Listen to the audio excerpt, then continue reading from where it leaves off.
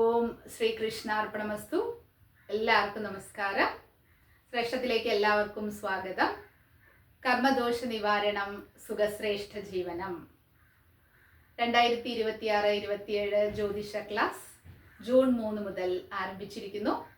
വളരെ സന്തോഷം തോന്നിയൊരു നിമിഷമാണ്. കാരണം എല്ലാവരെയും പരിചയപ്പെടാനായിട്ട് സാധിക്കാനും എല്ലാവരുടെയും ഉദ്ദേശശുദ്ധി എന്ന് പറയുന്നത് ഈ ജ്യോതിഷം എന്നുള്ള ഈ ശാസ്ത്രം ശരിയായിട്ടുള്ള ആ ജ്ഞാനം മനസ്സിലാക്കുക എന്നതിലുപരി ഇതൊരു പ്രൊഫഷനായി എടുത്ത് 3 മാസം കൊണ്ട് പഠിച്ച് ലക്ഷങ്ങൾ ഉണ്ടാക്കുക അങ്ങനെയുള്ള ഒരു ഉദ്ദേശവും ഇല്ലാതെ ഈ ശാസ്ത്രത്തെ ശരിയായ രീതിയിൽ മനസ്സിലാക്കി നമ്മുടെ ജീവിതത്തിൽ എങ്ങനെയാണ് ഇത് പരിവർത്തനം ചെയ്യേണ്ടത് എന്ന് മനസ്സിലാക്കാനുള്ള ഒരു തയ്യാറെടുപ്പുമായിട്ടാണ് കുറച്ചുപേർ എന്നെ സമീപിച്ചിരിക്കുന്നത്.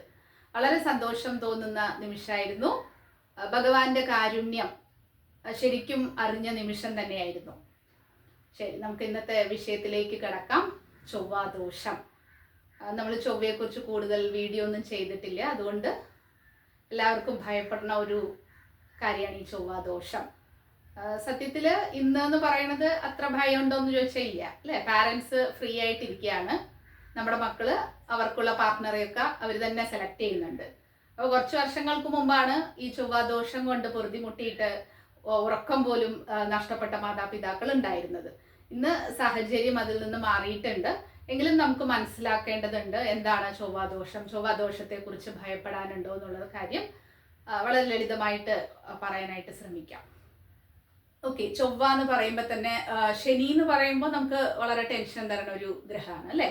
അതേസമയം ചൊവ്വ എന്ന് പറയുമ്പോൾ അത്രത്തോളം ഇല്ല, എങ്കിലും വിവാഹകാരിയാവുമ്പോൾ നമുക്ക് അല്പം ടെൻഷൻ തരുന്ന ഒരു ഗ്രഹം തന്നെയാണ് ചൊവ്വ എന്ന് പറയുന്നത്. കാരണം എന്താണ്? ചൊവ്വ എന്ന് പറയുമ്പോൾ അങ്കാരകൻ എന്ന് പറയും.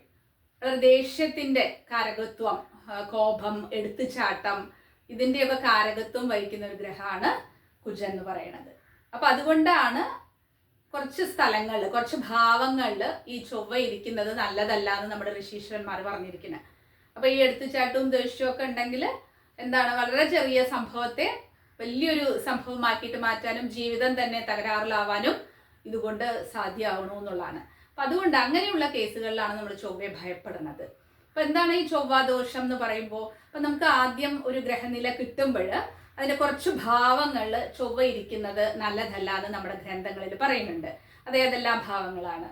അപ്പൊ ഇതൊരു ചാർട്ടാണെന്ന് വിചാരിക്കുക. ഇത് കാലപുരുഷന്റെ രാശി, ഫസ്റ്റ് രാശി എന്ന് പറയുന്നത് മേടാണ്. അപ്പൊ മേട രാശി തന്നെ ഒരു ലഗ്നായിട്ടുള്ള ഒരാളുടെ ഹൊറോസ്കോപ്പ് ആണെങ്കിൽ ഇവിടെ 1-ാം ഭാവത്തിൽ തന്നെ കുജൻ നിൽക്കുക, 2-ൽ കുജൻ നിൽക്കുക, 4, 7, 8, 12 ഇത്രയും ഭാവങ്ങളില് കുജൻ വരുന്നത് നല്ലതല്ല എന്നുള്ളതാണ്.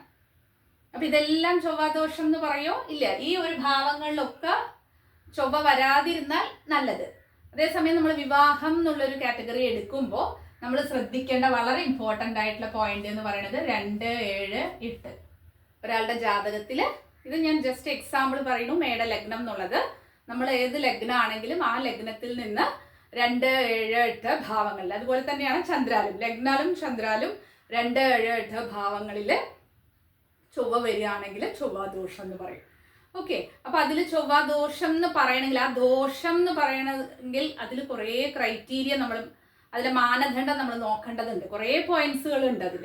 അപ്പൊ അതെന്താന്ന് വെച്ചാൽ, ഈ ചൊവ്വയ്ക്ക് ശുഭത്വം ഉണ്ടെങ്കിൽ, അപ്പൊ ആ ചൊവ്വ എന്ന് പറയുന്നത് 7-ൽ തന്നെയാണ് നിൽക്കുന്നത്, പക്ഷെ ഗുരുവിന്റെ യോഗം ചേർന്നിട്ടുള്ള ചൊവ്വയാണെന്ന് വിചാരിക്കുക. അപ്പൊ അതിന് ചൊവ്വാദോഷം എന്ന് പറയാനായിട്ട് സാധിക്കില്ല.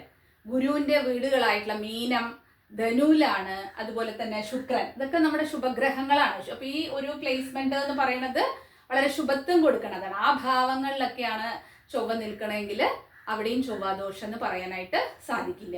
അതുപോലെ തന്നെ മേടം, വൃശ്ചികം, ചിങ്ങം, കർക്കിടകം ഈ ലഗ്നക്കാർക്ക് ചൊവ്വാദോഷം, ചൊവ്വ എവിടെ നിന്നാലും ഈ ഭാവങ്ങളിലൊക്കെ നിന്നാലും ചൊവ്വാദോഷം എന്ന് പറയാൻ പാടില്ല. അങ്ങനെ ധാരാളം ഒട്ടനവധി റൂൾസ് ഇതിലുണ്ട്.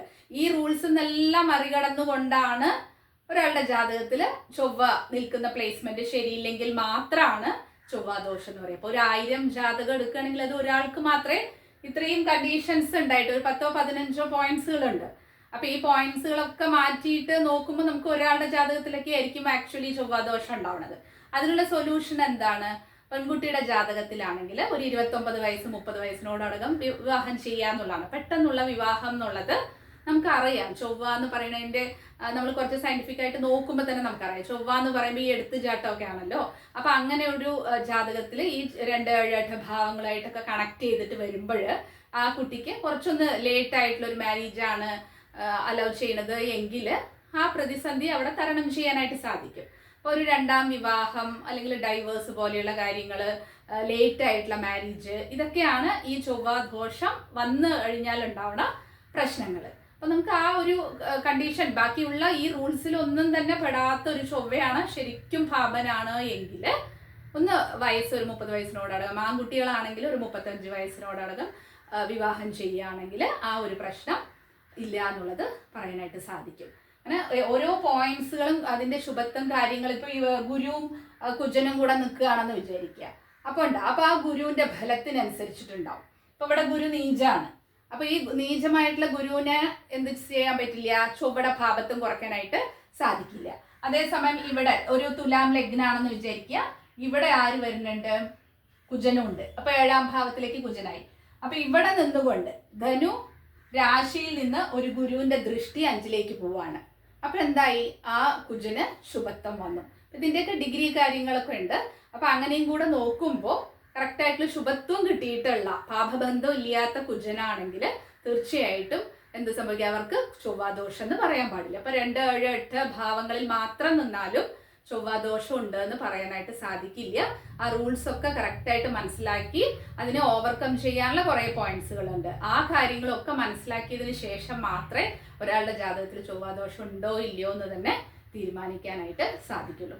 നമ്മൾ ജ്യോതിഷത്തിൽ നമ്മൾ എന്താണ് മനസ്സിലാക്കേണ്ടത്, നമ്മുടെ പഴയ ഗ്രന്ഥങ്ങളിലുള്ള 1, 2 പോയിന്റ്സ് മാത്രം വായിച്ചുകൊണ്ട് ഇങ്ങനെയാണ് പ്രശ്നം എന്നുള്ള ആ ഭീതിയിൽ നിന്ന് നമ്മൾ ഉണരേണ്ട സമയം അതിക്രമിച്ചു കഴിഞ്ഞു എന്നുള്ളതാണ്.